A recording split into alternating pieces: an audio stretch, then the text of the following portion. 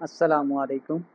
तमाम देखने और सुनने वालों को वक़ार वेल विशर में खुश आमदीद कहता हूँ और अपनी क्लास का आगाज़ हदीस करीम से करते हैं।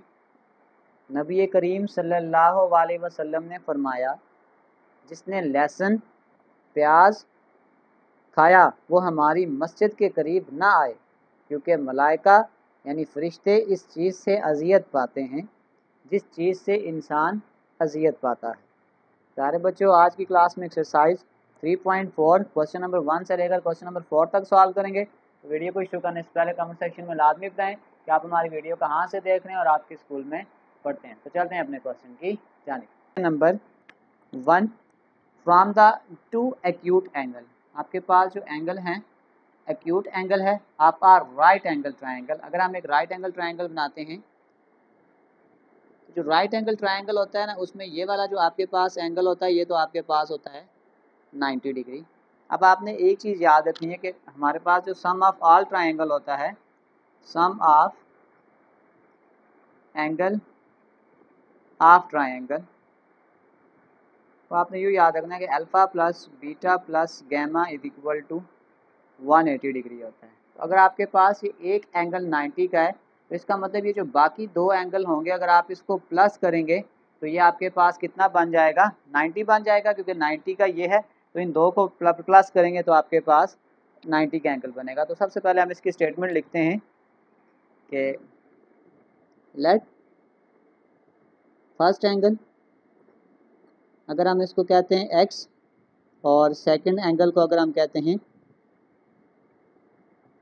y, तो पहली कंडीशन के मुताबिक, क्योंकि ये जो दो एंगल हैं ये एक्यूट एंगल है राइट एंगल ट्राइंगल के, तो इसका मतलब अगर मैं इसको प्लस करूंगा कि x प्लस वाई, तो 90 तो ऑलरेडी ये वाला एंगल है, तो इसका मतलब इन दो को भी जब प्लस करूंगा तो ये आपके पास आ जाएगा 90 डिग्री।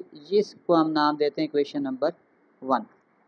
फिर इसी तरीकेकार से उसने अब सेकंड कंडीशन दी है, कहता है कि one acute angle is 10 less degree less than the other. अगर सपोज करें कि हमने इसको नाम दे दिया x का, तो फिर वो कह रहा है कि जो आपके पास दूसरा होगा वो 10 लेस देन है, तो इसका मतलब है फिर हम ये कह सकते हैं कि वो y माइनस 10 होगा। यानी अगर इस एंगल के साथ उसको कंपेयर करेंगे, जो दूसरा एंगल होगा वो 10 लेस देन द अदर होगा। इसका मतलब जो आपके पास सेकंड कंडीशन बनेगी कि जो फर्स्ट एंगल होगा जो सेकंड है वो उससे 10 लेस देन है। तो अगर मैं सेकंड एंगल को y कह रहा हूँ, तो जो सेकंड एंगल होगा उसमें हम 10 को लेस करेंगे, तो ये आपके पास इक्वेशन 2 होगी। इसको अभी तो शिफ्ट कर दें तो ये आ जाएगा x प्लस वाई, इधर आके minus y is equal to minus 10। इसको मैं नाम दूंगा इक्वेशन नंबर 2 का। मैं एक दफ़ा इसको दोबारा से रिपीट करता हूँ कि हमारे पास एक एंगल में जो सम ऑफ ट्राइंगल होता है वो होता है 180 डिग्री, लेकिन जो हमारे पास राइट एंगल ट्राइंगल होता है वो आपके पास एक एंगल उसमें 90 का होगा। तो क्योंकि ये एक एंगल अगर 90 का है, तो इसका मतलब जो दूसरे दो एंगल हैं अगर उसको हम प्लस करेंगे तो वो 90 का ही होना चाहिए, क्योंकि 90 प्लस 90 करेंगे तो वो जाके 180 होगा। फिर सेकंड कंडीशन उसने ये लगाई है कि one acute angle is 10 less than. अगर हम एक एंगल को दूसरे के साथ कंपेयर करेंगे तो वो 10 लेस देन द अदर होगा। फिर इस माइनस वाई को इधर शिफ्ट करें, ये आपके पास माइनस प्लस वाई इधर आगे minus y is equal to minus 10। अब अगर हम इसको सॉल्व करते हैं, क्योंकि इसने हमें कहा था हमने इसको क्रैमर रूल से सॉल्व करना है, तो अब हम सबसे पहले इसकी मैट्रिक्स फॉर्म बनाते हैं। इन मैट्रिक्स फॉर्म, यहाँ x के साथ कोई कोएफिशिएंट नहीं है तो 1, y के साथ भी 1 1 1 x y is equal to, ये आपके पास आ जाएगा 90, और यहाँ पे x का कोएफिशिएंट 1, y का -1 हो जाएगा, और यहाँ पे आपके पास आ जाएगा -10। ये आपके पास आ गई है मैट्रिक्स फॉर्म। अब आपने माइंड में याद रखिएगा कि जब हम फार्मूला बनाएंगे in terms of Cramer rule, तो जो आपके पास x की वैल्यू होती है वो होती है a ऑफ x का mod divided by a mod, और जो y की वैल्यू होती है वो होती है a of y mod divided by a mod. तो सबसे पहला काम हम जो करेंगे वो a डिटर्मिनेंट निकालेंगे। 1 1 1 एंड देन -1, इसका डिटर्मिनेंट निकालें, क्रॉस मल्टीप्लाई और बीच में माइनस 1 इंटू -1, माइनस फार्मूले का 1 इंटू 1, ये आपके पास आ जाएगा -1, -1 ये आ जाएगा -2, नॉट इक्वल टू 0।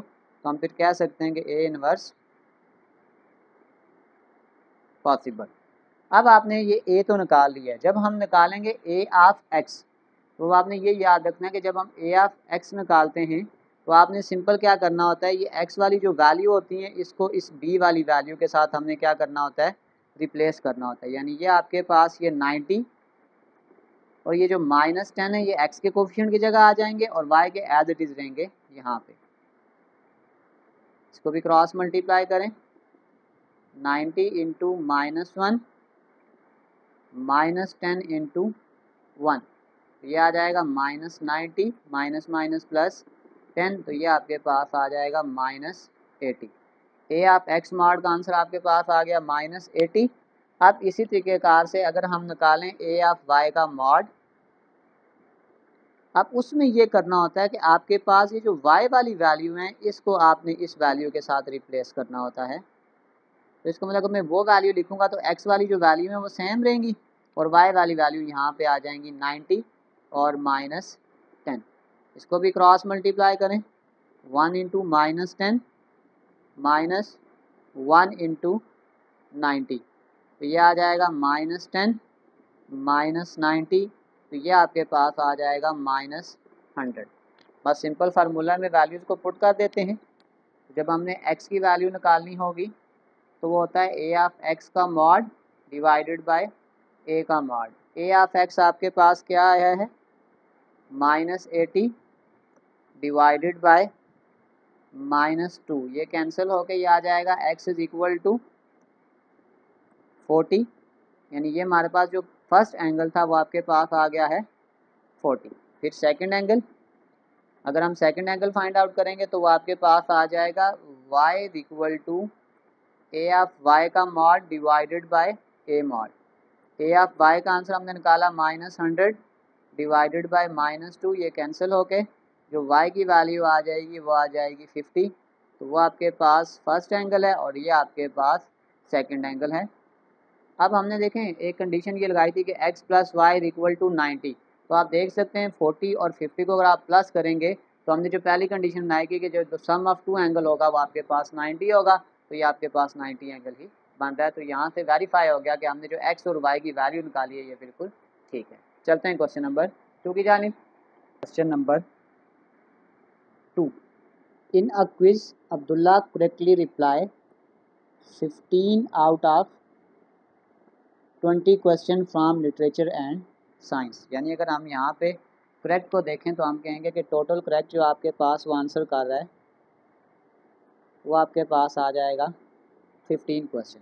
हम सबसे पहले लेट करते हैं कि लेट, अब इसने दो बुक्स में आंसर दिए थे, एक लिटरेचर में और एक साइंस में, तो हम लिखते हैं कि करेक्ट लिटरेचर,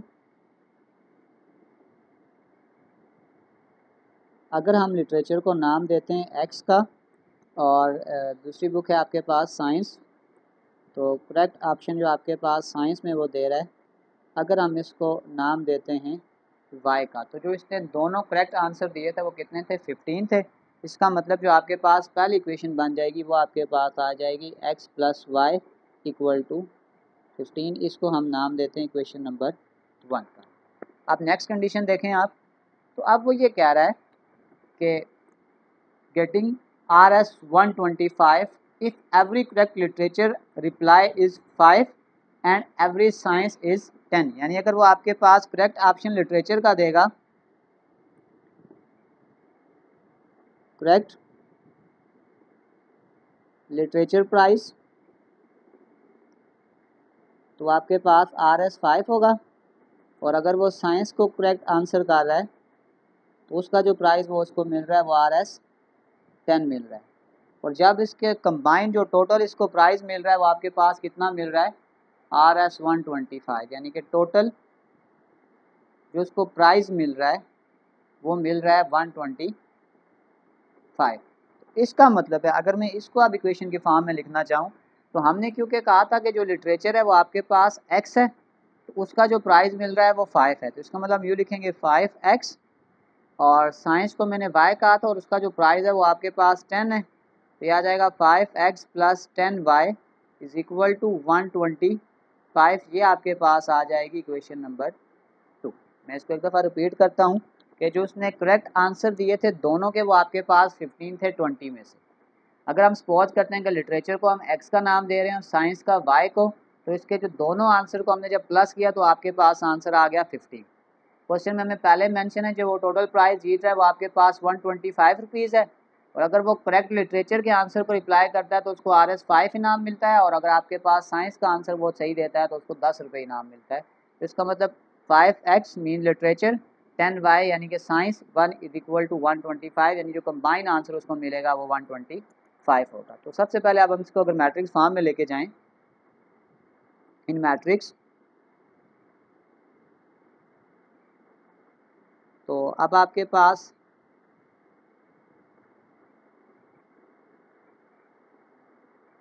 x का कोएफिशिएंट यहाँ कुछ नहीं है 1 है, और y का भी 1, x का भी 1, y का 1, यहाँ पे x का 5, y का 10, x और y यहाँ पे आ जाएगा 15, और ये आपके पास आ जाएगा 125।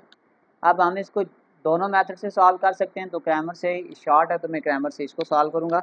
सबसे पहले हम इसका a मॉड निकालते हैं, 1, 1, 5 और 10, क्रॉस मल्टीप्लाई करें और बीच में -1 इंटू 10 -5 इंटू 1, 10 1s आर 10 -5, ये आपके पास आ गया 5 नॉट इक्वल टू 0। तो हम कह सकते हैं कि a इज़ नॉन सिंगुलर। अब क्योंकि हम इसको सॉल्व करने लगे हैं with the help of Cramer method, तो सबसे पहले हम इसको निकालते हैं a ऑफ x और a ऑफ y की टर्म में। तो अगर हम निकालेंगे a ऑफ x का मॉड, उसमें आपने सिंपल ये करना होता है कि ये जो x के कोएफिशिएंट होते हैं इसको रिप्लेस करना होता है इस b वाली वैल्यू के साथ। तो ये आपके पास आ जाएगा 15, ये आ जाएगा 125, y के कोएफिशिएंट एज इट इज़ रहेंगे 1 और 10, cross multiply 15 into 10 plus 125 into 1, तो ये आपके पास आ जाएगा 150 प्लस 125, अच्छा बीच में माइनस होता है, तो ये आपके पास आंसर जो आ जाएगा वो आ जाएगा 25। फिर बिल्कुल इसी प्रोसेस से हमने निकालना होता है a ऑफ y का मॉड। जब a ऑफ y निकालेंगे तो ये वाली वैल्यू इसके साथ रिप्लेस हो जाएंगी, x के कोएफिशिएंट एज इट इज़ यानी कि 1 और 5, और ये वैल्यू रिप्लेस होकर आ जाएगी 15, और ये आ जाएगा 125, cross multiply 1 into 125 minus 5 into 15, ये आ जाएगा 125, ये आ जाएगा 75, इन दोनों को प्लस माइनस करें तो ये आपके पास आ जाएगा 50। बस अपने वैल्यू जो हमने निकालनी थी वो हमने निकाल ली है, बस फार्मूले में वैल्यूज़ को पुट कर देते हैं। हमारे पास जो x की वैल्यू होती है वो होती है a ऑफ x का mod divided by a mod. a of x का मॉड आपके पास हमने निकाला था 25 डिवाइडेड बाय 5, तो ये आ जाएगा x इज़ इक्वल टू 5, और यहाँ पे अगर हम करेंगे y is equal to a of y का mod divided by a mod. a of y आपके पास आ गया 15 डिवाइडेड बाय 5, तो ये कैंसिल होके ये आ जाएगा y इज इक्वल टू 10। उसने हमें पहले तो कंबाइन करके आंसर दिया था कि x प्लस वाई का जो आंसर है वो 15 है। इसका मतलब ये हुआ कि अब हम कह सकते हैं कि आपके पास then find the correct number of reply literature and science. तो जो लिटरेचर का आंसर उसने जो अब दिया था वो 5 दिया था,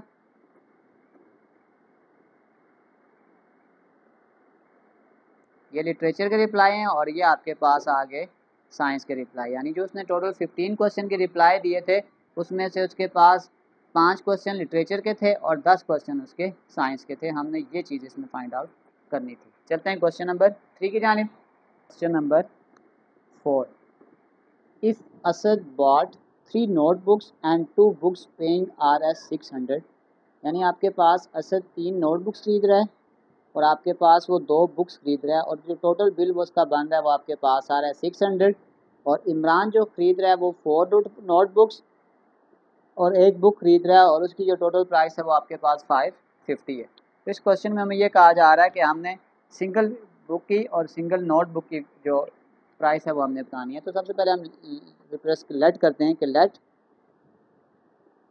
प्राइस ऑफ नोटबुक, अगर हम इसको नाम दें एक्स का, और प्राइस ऑफ बुक इसको हम नाम देते हैं वाई का। तो आपके पास जो पहली कंडीशन बनेगी वो ये बनेगी कि जो असद ने ख़रीदी थी 3 नोटबुक्स और 2 बुक्स और उसका टोटल बिल बन रहा था 600, यानी ये आ जाएगा 3x plus 2y is equal to 600। इसको हम नाम देंगे इक्वेशन नंबर 1 का।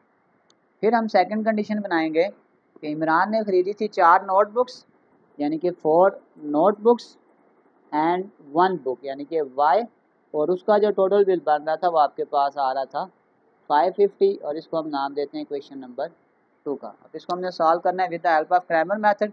तो सबसे पहले हम इसकी मैट्रिक्स फॉर्म बना लेते हैं। इन मैट्रिक्स फॉर्म सबसे पहले आपके पास आ जाएगा 3 और 2, 4 और 1, एक्स वाई, ये आ जाएगा 600, और ये आपके पास आ जाएगा 550। सबसे पहला स्टेप जो हमने इस क्वेश्चन को सॉल्व करने के लिए करना होता है, हम सबसे पहले डिटर्मिनेंट निकालते हैं।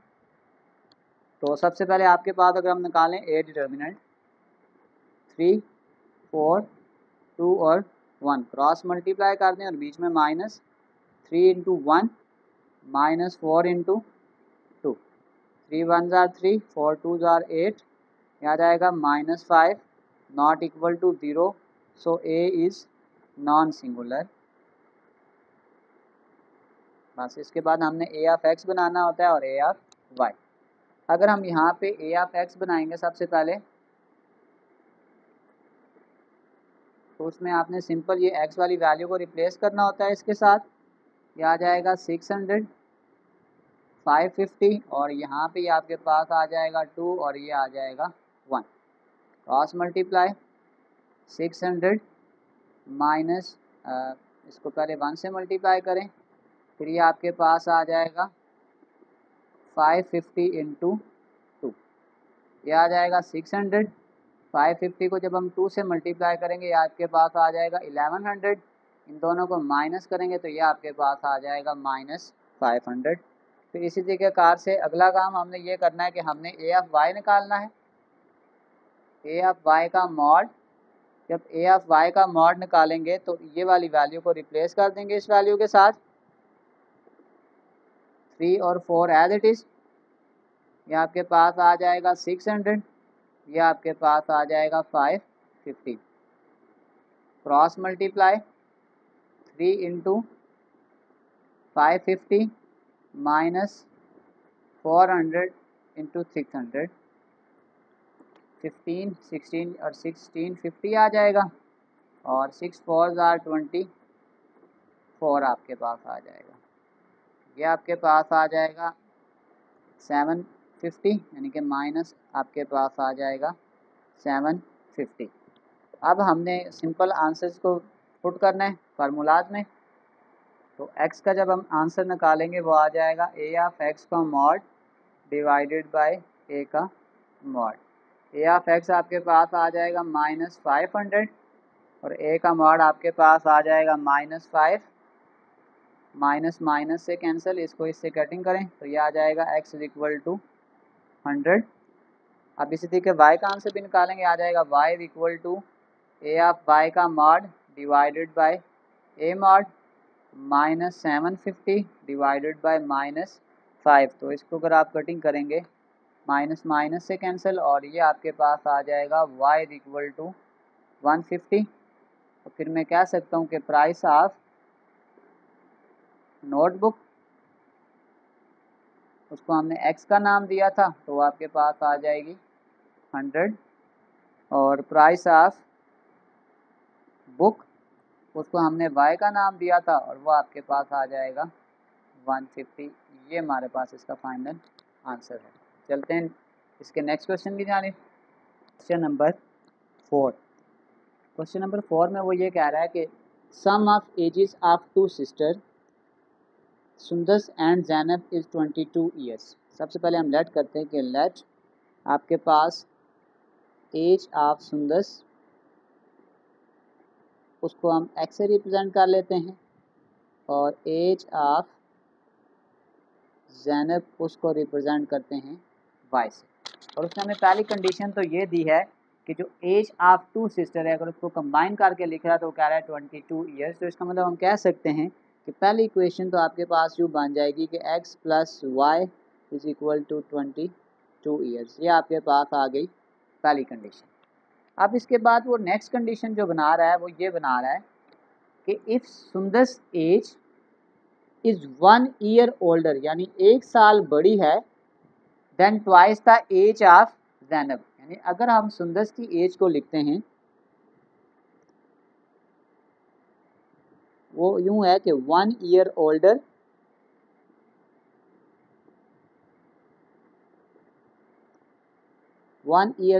Then twice age of Zainab. तो अगर मैं इसकी कंडीशन बनाऊंगा तो सुंदस को मैंने जो रिप्रेजेंट किया था वो मैंने एक्स से किया था, 1 ईयर ओल्डर यानी 1 साल बड़ी है, then twice the age of Zainab, और जैनब की एज को हमने वाई से रिप्रेजेंट किया था तो twice the age of Zainab. दोबारा से देख लें कि उसने कहा था कि जो सुंदस है अगर उनकी एजेस को कंपेयर करें कि 1 ईयर ओल्डर 1 साल बड़ी है, twice the age of Zainab. ये आपके पास इक्वेशन नंबर 2 है। इसको आप सिंप्लीफाई कर लें, प्लस 2y इधर जाके माइनस 2y हो जाएगा, यह आ जाएगा x minus 2y is equal two plus 1। इसको हम नाम देते हैं इक्वेशन नंबर 2 का। फिर इसमें एक कंडीशन हमें और कही गई है कि इसको हमने सॉल्व करना है with the help of inversion method, यानी इस क्वेश्चन को अब हमने क्रैमर रूल से सॉल्व नहीं करना। तो सबसे पहले हम इसकी मैट्रिक्स फॉर्म बनाएंगे।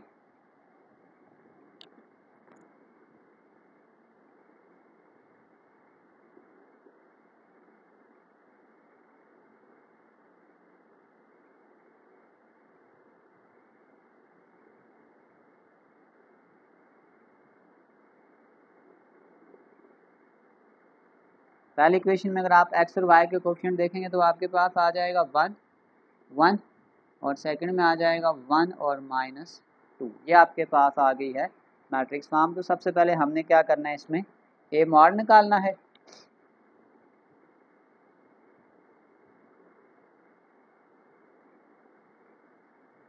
क्रॉस मल्टीप्लाई करें 1 इंटू माइनस 2, फिर ये आ जाएगा 1 इंटू 1, माइनस 2 माइनस 1, ये आपके पास आ जाएगा माइनस 3 नॉट इक्वल टू 0। तो आपके पास आ जाएगा ए इनवर्स पॉसिबल। अब हमने क्योंकि इसको फाइंड करना है with the help of inversion method, तो इसका जो फार्मूला होता है इन्वर्जन का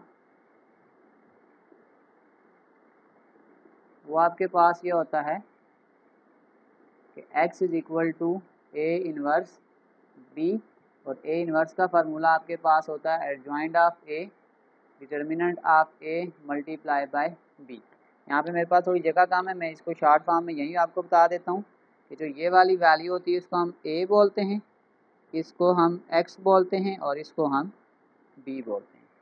तो सबसे पहले हमने a मार तो निकाल लिया। अगर मैं यहीं पे इसका एडजॉइंट ऑफ ए निकाल दूँ,